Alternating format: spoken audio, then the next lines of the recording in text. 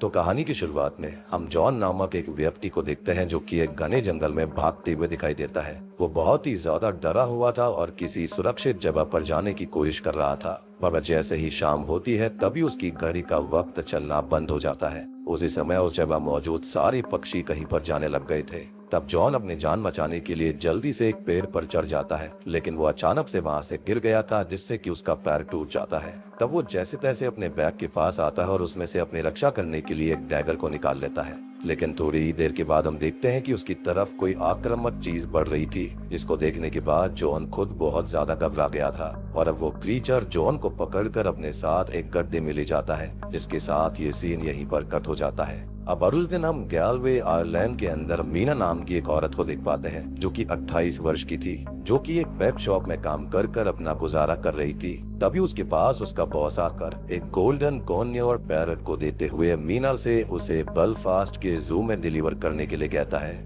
मीना भी अब इस बात पर मान गई थी और अब वो उस तोते को लेकर डिलीवर करने जाने लगती है, जहाँ पर रास्ते में उसे उसकी जुड़वा बहन लूसी का एक वॉइस मैसेज आता है और उसकी बातों से हम ये जान पाते हैं कि असल में लूसी और मीना की मां की मृत्यु 15 साल पहले एक कार एक्सीडेंट के दौरान हो गई थी और किसी वजह से मीना उसका जिम्मेदार खुद को माना करती थी, इसलिए वो अपनी मां के फ्यूनरल तक पर भी नहीं गई। लेकिन फिर भी लूसी चाहती थी कि मीना उसके पास आए और उससे बातें करे, मगर हर बार की तरह मीना लूसी के मैसेज को इग्नोर करते हुए वहाँ से सीधा उस क्लाइंट के घर जाने लगती है। फिर जैसे ही वो टाउन के बाहर निकलती है तो हम एक बोर्ड पर ढेर सारे लोगों के मिसिंग पोस्टर्स को देख पाते हैं, यानी कि यहाँ पर कई सारे लोग ऑलरेडी गायब हो चुके थे। लेकिन मीना उन पर ज्यादा ध्यान नहीं देती और आगे बढ़ने लगती है। लेकिन आगे बढ़ते हुए वो जंगल वाले रास्ते से जाने लगती है ताकि वो जल्दी से जल्दी जू के पास पहुंच जाए। लेकिन थोड़े ही समय के बाद अचानक से एक बोर्ड के सामने आकर उसकी गाड़ी बंद पड़ जाती है। बोर्ड पर लिखा हुआ था point of no return,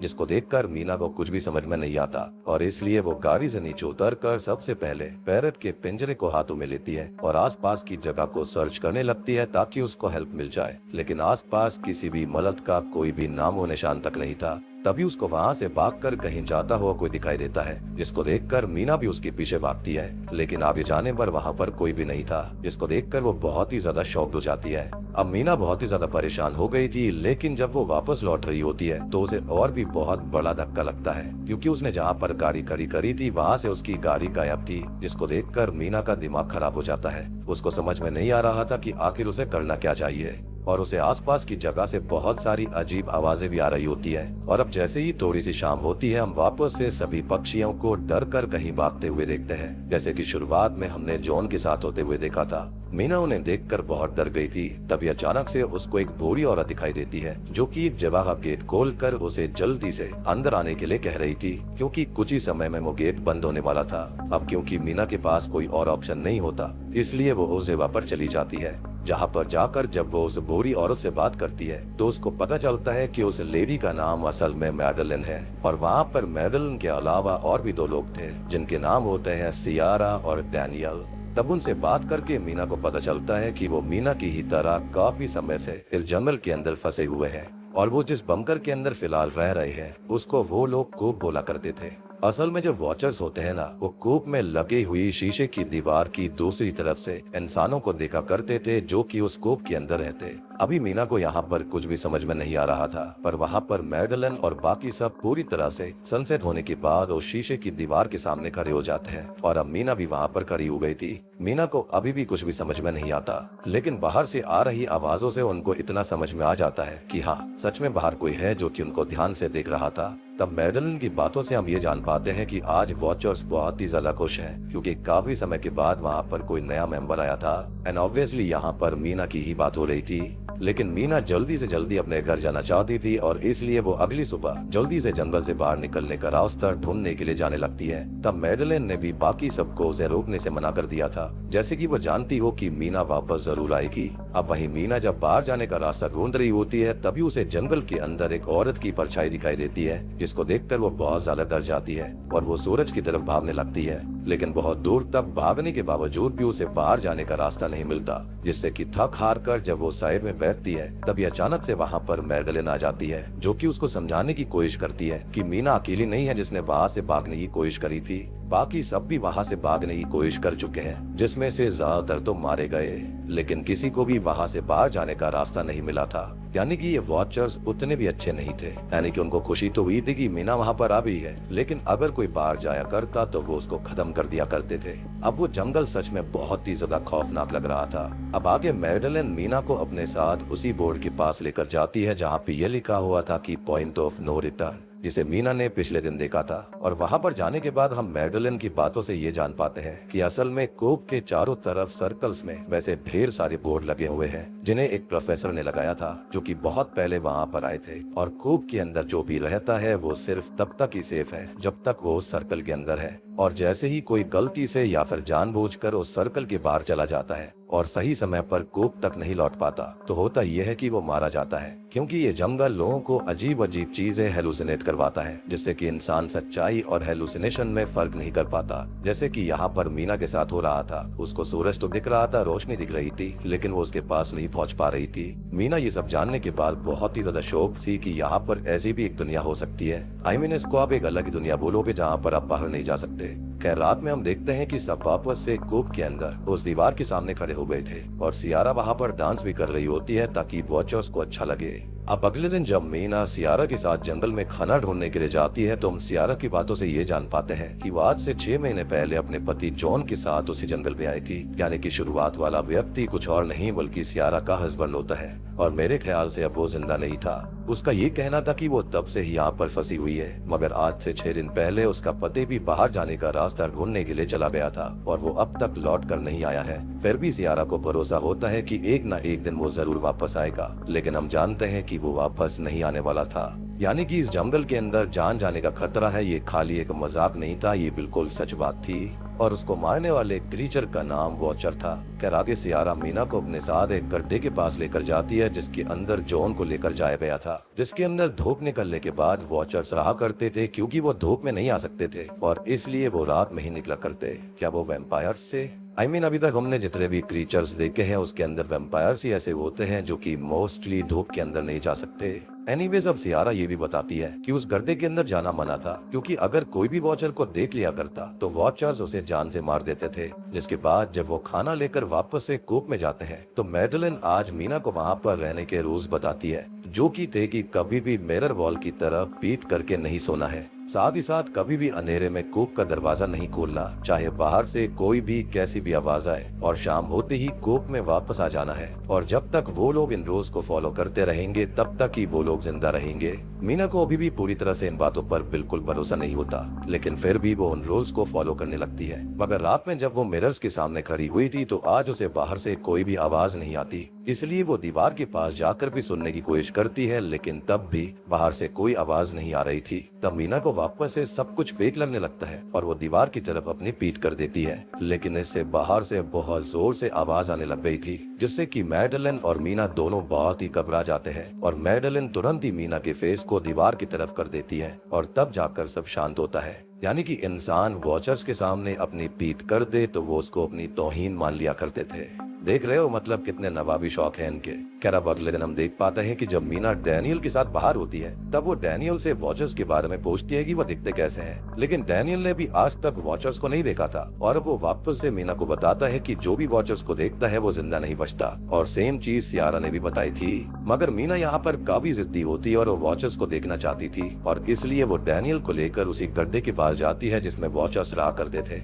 Meena अब उस गड्ढे के अंदर जाना चाहती थी कि तभी डैनियल उसे रोकने की कोशिश करता है, लेकिन मीना उसकी एक नहीं सुनती और उसे अपनी बातों में फंसा लेती है कि अगर वो लोग उस गड्ढे में जाएंगे तो हो सकता है कि उन्हें बाहर जाने का कोई रास्ता मिल जाए। एंड क्योंकि डैनियल खुद भी वहाँ काफी सालों से फंसा हुआ था, जी हाँ वो काफी सालों से यहाँ पर रह रहा था, इसलिए वो मीना को उस गड्ढे में जाने के लिए हेल्प करने लगता है। उस गड्ढे में थोड़ी सी सूरज की रोशनी आ रही थी और मीना भी उसी रोशनी में रहती है ताकि वॉचर्स उस तक न आ पाए। अब गड्ढे के अंदर 1992 यानी कि 1992 पार कैमरा और भी इंसानों की काफी सारी चीजें थी, जो कि मेरे ख्याल से उन लोगों की होगी जिन्हें वॉचर्स ने जान से मार दिया होगा, या फिर ये भी हो सकता है कि वॉचर्स खुद ही उन चीजों को लेकर आ गए होंगे। खैर तब मीना वहाँ पर रखी हुई कुछ काम की चीजों को उठा लेती है जिसके अंदर एक साइकिल भी शामिल थी, और अब डैनियल भी उस सामान को एक रस्सी की हेल्प से बाहर खींच लेता है। अब आगे जब डैनियल मीना को खींचने के लिए रस्सी फेंकता है तब हम नोटिस करते हैं कि मीना की तरफ एक वॉचर का हाथ बढ़ रहा था, पर क्योंकि मीना धूप में खड़ी हुई थी इसलिए वॉचर का हाथ जलने लगता है, जिसके चलते वो मीना को नहीं पकड़ पाता। इसके तुरंत ही बाद डैनियल ने मीना को ऊपर खींच लिया था। अब आगे जब वो सारा सामान लेकर बाकी सबके पास जाते हैं तो मैडेलिन और बाकी सब भी उस सामान और साइकिल को देखकर बहुत ही ज्यादा खुश थे, क्योंकि अब वो साइकिल की हेल्प से दूर तक जाकर बाहर जाने के रास्ते को ढूंढ सकते थे। पर अभी डैनियल और मीना में से किसी ने भी मैडेलिन को ये नहीं बताया था कि असल में वो सामान को लेने के लिए उस गड्ढे के अंदर गए थे, और अब क्योंकि वो लोग अपने साथ एक कैमरे को भी लेकर आए थे, इसलिए रात होने से पहले डैनियल उस कैमरे को कूप के बाहर लगाकर अंदर रखे हुए टीवी से कनेक्ट कर देता है, ताकि रात में जब वॉचर्स उन्हें देखने के लिए आएंगे तब वो लोग भी उनको देख पाए। लेकिन आज काफी रात होने के बाद भी कोई भी वॉचर वहाँ पर उन्हें देखने के लिए नहीं आता, क्योंकि कोई भी आवाज नहीं आ रही थी, जिसको देखकर सब बहुत ज्यादा डर जाते हैं, क्योंकि जंगल के अंदर ऐसी शांति शोर शराबे से भी भयानक होती है। तभी होता यह है कि अचानक से उन्हें कूप के दरवाजे पर नॉक होने की आवाज आती है, यानी कि दरवाजे पे कोई दस्तक देता है। तब मैडेलिन पूछती है कि कौन है, जिस पर बाहर से जॉन की आवाज आती है, जो कि जल्दी से गेट को खोलने के लिए बोल रहा था। अब जॉन की आवाज सुनने के बाद तो सियारा खुशी के मारे पागल हो जाती है और इसलिए वो गेट खोले जाने लगती है, मगर मैडेलिन ये बात जानती थी कि रात में कोई भी उस कूप के दरवाजे तक नहीं पहुंच सकता था, और वो उसको रोकने की कोशिश करने में लग जाती है। पहले तो सियारा नहीं रुकती, पर बाद में जब मैडेलिन उससे ये कहती है कि जॉन से वो ऐसा सवाल पूछे जिसके बारे में सिर्फ वो दोनों जानते हो, और सियारा यहाँ पर जॉन से पूछती भी है, और उसके तुरंत ही बाद वो कैमरा के अंदर ये देखते हैं कि वॉचर्स जॉन को अपने साथ खींच कर ले जाते हैं, जिससे कि सब समझ गए थे कि वॉचर्स किसी बात की वजह से बहुत ही ज्यादा गुस्से में है। एंड यहाँ पर ये जॉन नहीं था, बल्कि मेरे ख्याल से वॉचर ही होगा। तो यहाँ तक हमको ये एबिलिटी पता चलती है कि ये लोग इंसान को मिमिक कर सकते हैं, और आपको याद हुआ कि शेप शिफ्टर्स भी कुछ इस तरह से ही होते हैं। खैर तब जाकर मीना सबको बता देती है कि आज वो रोल को तोड़कर उस गड्ढे में गई थी, जहाँ से ही वो इस साइकिल को लेकर आई है। अब ये बात पता चलने के बाद मैडेलिन को बहुत ही ज्यादा गुस्सा आया था, मगर अभी वो मीना को कुछ नहीं बोलती, और अगले दिन बस उस साइकिल को ले जाकर वापस से गड्ढे में फेंक देती है, जिससे कि अब वॉचर्स का गुस्सा थोड़ा शांत हो गया था। मगर अब उन लोगों को जंगल में बहुत ही ज्यादा अजीब चीजें दिखाई देना चालू हो गई थी, और उसका सबसे ज्यादा असर डैनियल पर होता है, इसलिए वो बहुत ही ज्यादा गुस्सैल हो जाता है। साथ ही साथ सियारा, जिसको ये बात समझ आ गई थी कि जॉन अब खत्म हो चुका है और वो कभी वापस नहीं आएगा, जिस चीज की वजह से वो टूट गई थी, और वो डिसाइड करती है कि वो वॉचर्स के गड्ढे में कूद कर खुद की जान दे देगी, क्योंकि उसके जीने का अब कोई फायदा नहीं है। और अब वो एक दिन ऐसा करने भी वाली थी कि तभी वहाँ पर मीना आकर उसको बचा लेती है। इसी बीच हम डैनियल को देख पाते हैं, जो कि अजीब तरह से मैडेलिन की तरफ देख रहा होता है, और अब वो उसकी तरफ बढ़ने लगता है। जिसकी थोड़ी देर के बाद में मीना और सियारा वहाँ पर आते हैं, तो वो देखते हैं कि डैनियल ने मैडेलिन को एक पेड़ से बांधा हुआ था, ताकि वो उसे रात में वहीं छोड़कर वॉचर्स के हवाले कर दे और वॉचर्स उसको मार दे। लेकिन जब वो देखता है कि मीना और सियारा ने उसको देख लिया है, तो वो भागता हुआ कूप में जाकर वहाँ का दरवाजा बंद कर लेता है, ताकि वो उनको भी जान से मार दे। तब जैसे तैसे करके सियारा तो अंदर घुस जाती है, मगर मीना और मैडेलिन अंदर नहीं घुस पाई थी। तभी रात भी होने लगती है, जिसको देखकर ये दोनों बहुत ही ज्यादा डर जाती हैं, और अब उनको समझ में नहीं आ रहा था कि आखिरकार वो वॉचर से अपनी जान कैसे बचाएंगी।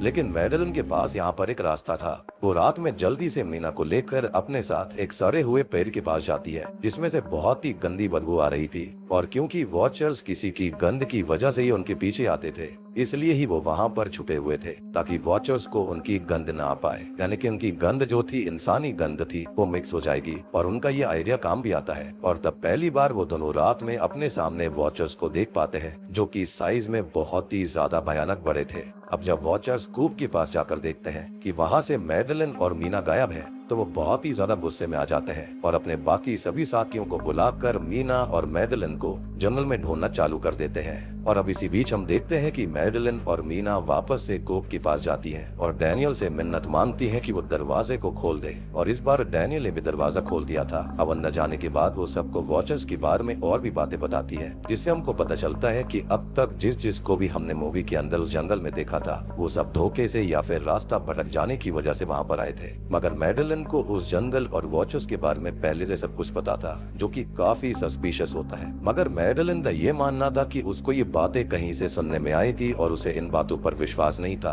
और इसलिए वो वहाँ पर खुद आ गई थी। अब यहीं से सीन पास्ट में जाता है, जहाँ पर जब मैडेलिन उस जंगल में आती है, तो एक वॉचर उसे देखकर उसकी जैसा ही रूप लेने लगता है, और अब वो उसे जान से मारने ही वाला था, लेकिन इससे पहले ही मैडेलिन उसे जान से मार डालती है। खैर प्रेजेंट टाइम में मैडेलिन सबको बताती है कि असल में वो वॉचर्स फेरीज हैं, जो कि किसी का भी रूप ले सकती हैं, यानी कि वो शेप शिफ्टिंग फेरीज हैं। और वो वहाँ पर इंसानों को रखकर यानी कि उस कूप में रखकर उन्हें ऑब्जर्व इसलिए करती हैं ताकि वो उनके रहने के तरीकों को अच्छे से जान पाए। अब वो इंसानों के तौर तरीकों को क्यों जानना चाहती हैं, इसके बारे में हमें आगे जानने को मिलेगा। खैर आगे हम ये देखते हैं कि जब वॉचर्स को ये पता चलता है कि मैडेलिन और मीना वापस से उस जगह पर आ गए हैं, तो वो तुरंत ही उनके ऊपर हमला करने के लिए कूप की तरफ आने लगते हैं ताकि वो उन्हें जान से मारकर रूल्स तोड़ने की सजा दे पाए। मगर मैडेलिन को भी इस बारे में पता चल गया था। तब वो सबको बचाने के लिए कूप में जमीन पर रखे एक मैट्रेस को वहाँ से हटाती है, जिसके नीचे एक खुफिया बंकर का रास्ता था, जिसको देखकर सभी लोग बहुत ही ज्यादा शॉक्ड हो जाते हैं। अब आगे मैडेलिन उन्हें अपने साथ उस बंकर में लेकर चली जाती है, जहाँ पर ढेर सारे इक्विपमेंट्स और काफी सारा खाने पीने का सामान रखा हुआ था।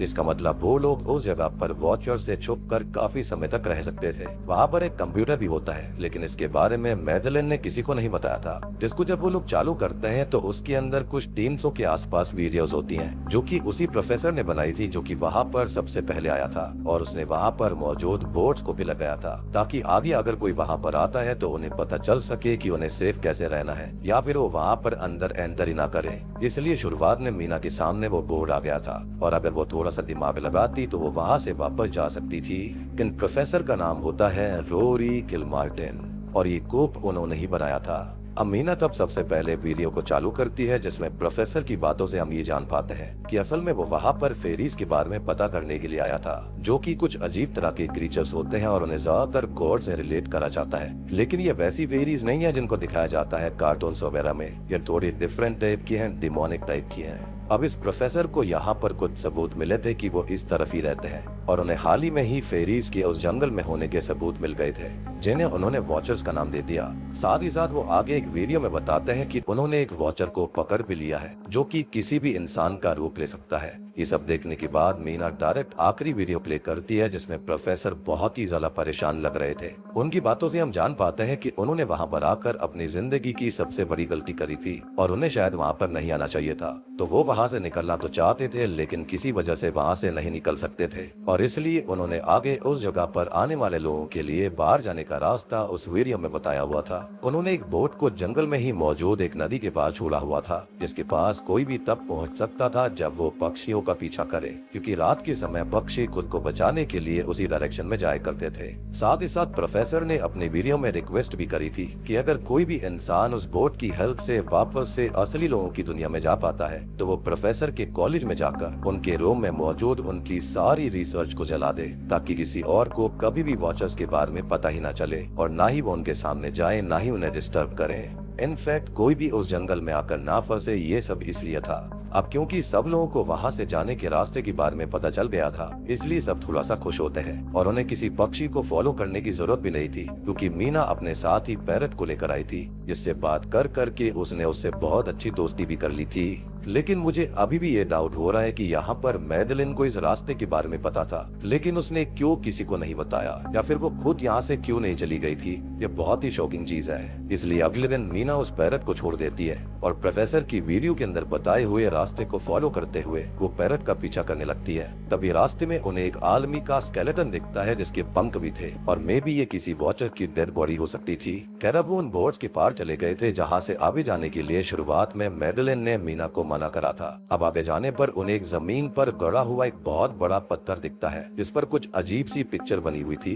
तब मैडेलिन उस पिक्चर को देखकर एक स्टोरी बताती है, जिसके अकॉर्डिंग पहले के समय में वॉचर्स इंसानों का रूप लेकर उनके बीच में ही रहा करते थे, पर वो अपने पंख फिर भी नहीं छुपा पाते थे, और एक समय पर इंसानों ने उन्हें उनकी शक्ति की वजह से आउटकास्ट मानना चालू कर दिया था, और उनसे डरने लगे थे, और इसलिए ही इंसानों ने ही वॉचर्स को एक जंगल में उस पत्थर के नीचे कैद कर दिया था, ताकि वो कभी भी वहाँ से बाहर ना निकल पाए। और तब से ही वॉचर्स उस जगह पर थे। वो हमेशा वहाँ से निकलना चाहते थे, पर बाद में जब वो लोग दूसरी जगह को खोद कर वहाँ से बाहर निकले, तब तक हमेशा जमीन में दबे रहने के कारण वो अपने पंखों को पूरी तरह से खो चुके थे, इसलिए वो बाहर की दुनिया में नहीं जा पाए। और अभी वो इंसानों पर नजर रखते हैं, ताकि वो उनके जैसे तौर तरीके सीख कर उनके बीच जाकर रह पाएंगे, और इंसान उन्हें वापस से वहाँ पर कैद न करते। खैर अब शाम होने लग गई थी कि तभी सभी पक्षी जंगल में हो रही आवाज सुनकर भागने लगते हैं। और फिर मैडलिन और बाकी सब उनका पीछा करते हुए नदी में पड़ी हुई बोट तक पहुंच जाते हैं। लेकिन तब तक वहां पर वॉचर्स आ गए थे और अब एक वॉचर जॉन का रूप लेकर डैनियल को जैसे तैसे अपनी बातों में फंसा लेता है और डैनियल भी उसकी मदद करने के लिए बोट से उतरकर उसकी हेल्प करने जाता है। सब उसको समझाने की कोशिश कर रहे थे, लेकिन तब तक वो वॉचर उसको जान से मार देता है।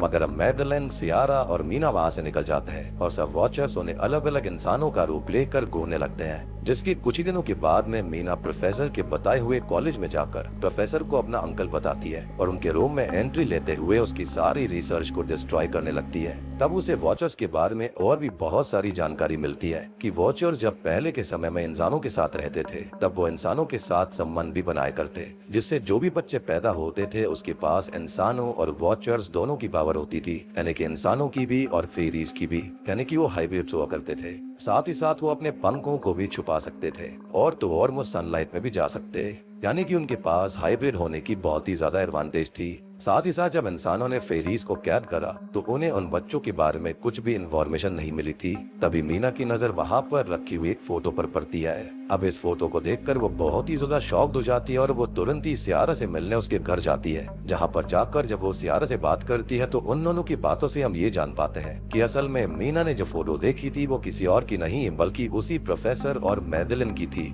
जी हाँ, इसका मतलब यही था कि मैडलिन और प्रोफेसर हस्बैंड वाइफ हुआ करते थे। लेकिन बाद में जब मीना ने प्रोफेसर के बारे में ऑनलाइन चेक करा तो उसको पता चलता है कि प्रोफेसर की बीवी तो काफी समय पहले ही कैंसर से खत्म हो गई थी और अब उन्हें समझ नहीं आ रहा था कि आखिरकार अब तक जिस मैडलिन के साथ वो थे तो वो थी कौन। तभी अचानक से ही डोरबेल लॉक होती है और घर के बाहर सियारा खड़ी हुई थी, जिसको देखकर मीना के होश उड़ जाते हैं। तब वो सियारा को वहाँ से भगा देती है और अब जो सियारा अब तक उसके साथ बैठी हुई थी वो उस पर आकर हमला कर देती है, मगर मीना जैसे तैसे बच जाती है। आगे जब अंदर बैठी हुई सियारा अपने असली रूप में आती है तो हम जान पाते हैं कि वो असल में वही वॉचर थी जिसको प्रोफेसर ने पकड़ा था और वही उनके साथ मैडलिन बनकर जंगल में भी रह रही थी, यानी कि उसकी पत्नी बनकर। तब उसकी बातों से हमको पता चलता है कि असल में प्रोफेसर अपनी बीवी की मौत के बाद बहुत ही ज्यादा अकेले हो गए थे और बाद में जब उसे वॉचर के बारे में पता चला, यानी कि इन फेरीज के बारे में कि वो अपना रूप बदल सकते हैं, तो वो तुरंत ही उस जंगल में चला गया ताकि वो किसी वॉचर को पकड़कर उससे उसकी बीवी के रूप में अपने साथ रहने के लिए बोल पाए।